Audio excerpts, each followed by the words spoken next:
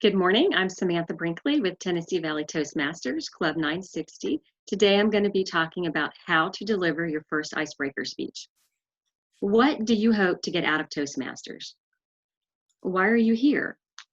For most of us, it's to become better speakers. I hate to break it to you, but the only way to do that is to give speeches. If you have been a member and attending for a couple of months and been to several meetings, and you haven't given your first icebreaker speech yet, what are you waiting for? This is why you joined. If you are waiting for it, this is your personal invitation. We want to hear you speak. We want to learn more about you. We have the most fascinating people in our club, and we want you to share your stories with us. We are ready to listen.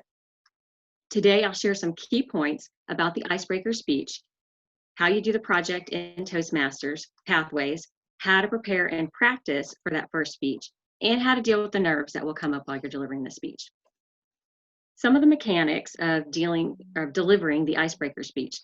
You're going to go through pathways online through the International Toastmasters website, and you need to allow yourself maybe 20 to 45 minutes anytime you deliver a speech. There'll be a series of PowerPoint presentations and some short videos that you'll watch that'll give you an idea of what you should be doing.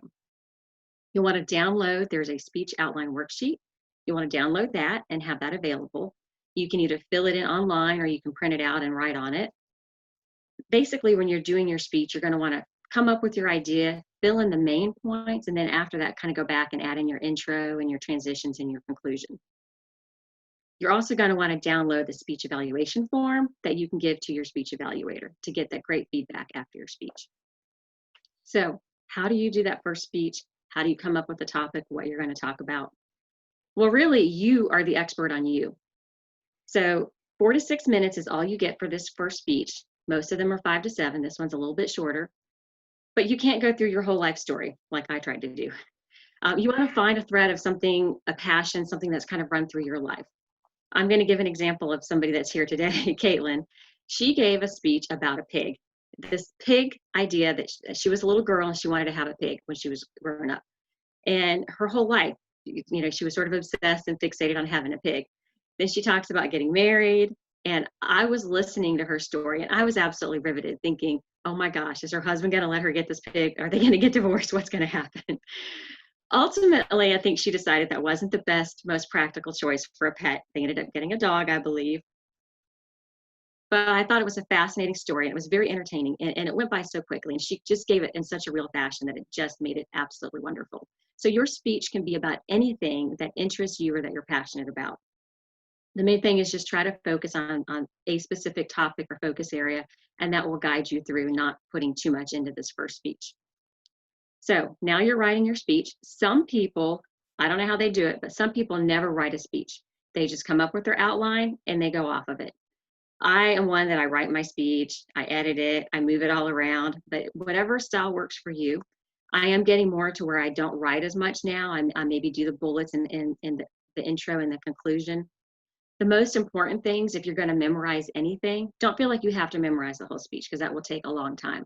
But the introduction and the conclusion, if you're going to memorize anything, those are the things that will have the greatest impact. The rest of it, if you can just have an outline that you know that you can follow, and then you can talk to the points in that outline. So if you type it on a computer, it's easy because you can kind of move things around if you need to edit it, make it longer, shorter, or remove things. For me, I always find that I'm having to remove stuff. So now you're practicing your speech. So the interesting thing, what do baseball players and ballerinas have in common? They both practice. Whenever somebody's very good at something, it's because they've practiced it a lot. And so we tend to think that good speakers are naturally good speakers. Some might be, but generally that's not the case. Dr. Jill Bolte Taylor, she's the person whose TED Talk has been viewed over 20 million times. She rehearsed 200 times before she delivered that speech in front of the TED audience. Steve Jobs, he will practice for many hours and many weeks prior to delivering when they have a new product launch. So a lot of times we think people are naturally gifted and they're just great speakers, but people don't get good at it without practicing. And if you wanted to deliver a good product, you're going to want to practice at least several times. There's a few ways to practice. Some people practice in front of a mirror. Some people just practice on their own in a room. now that we're using virtual technology, it's easy to practice on Zoom or Facebook Live. If you create your own Facebook Live page just for yourself, you can watch yourself and see what you look like to others. So just make sure you practice several times. You can also practice with your mentor, especially if you're in our group. You know, we encourage you for your first 2 or 3 speeches to practice with your mentor. You can practice in front of your friends and your family. I have delivered many of my speeches to my family. The first time my husband was just laughing hysterically. I have no idea why, but anyway, but anybody that you can find to practice in front of, it helps to have a live audience if you can. The biggest thing is just make sure you time yourself. You don't really know how long you're speaking until you've done it. I usually count on making my speeches on the longer side because I find that when I'm doing them live, I tend to speak a little faster and I tend to forget some of the things I was planning on saying. So I usually shoot for the top of it. That way, at least you know you've met your minimum. So we talked about how to set up your speech and how to practice it. What do you do when you're getting ready to deliver it? If you're nervous, don't worry, most of us are. Even people that seem like they're not nervous, they're nervous. But really, you probably can't control, you can't make the nerves go away, but you can control it. You can have them be more focused, and you can use those nerves for energy to give you passion and excitement with your speech. So the best thing you can do is take a few calming, deep breaths during your speech, and especially right before you start speaking. If you feel like you're getting really worked up, just take a moment and pause. And it will not seem bad. And in fact, pausing is good. It's something I should do a little bit more often.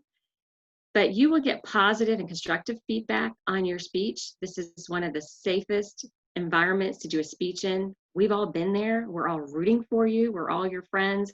We all want you to succeed. So don't sweat it. If you're nervous, just go with it. The more you do it, the less nervous you will get and the easier it will become. So now that you know the fundamentals for preparing and delivering an icebreaker speech, we hope these tips will get you started on your Pathways journey. So just do it. You got this, and we're all ears. Thank you.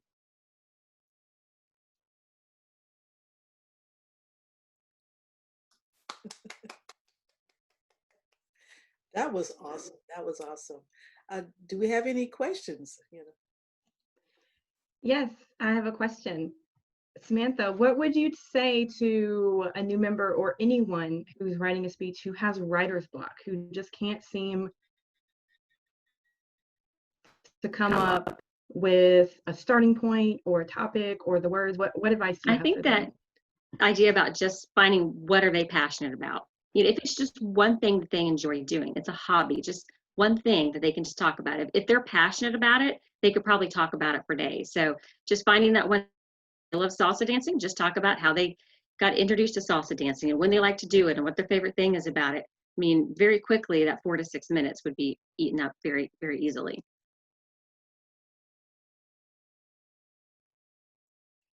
That's a great idea. Plus, it helps us to learn about you and learn how we can help you as well. Because at some point, it's going to come out while you're in Toastmasters. You know, what is it that you're in Toastmasters about? How that relates to why we got to meet you here today. And so that's a great thing. So that we'll know more about you and learn how we can help you at the same time.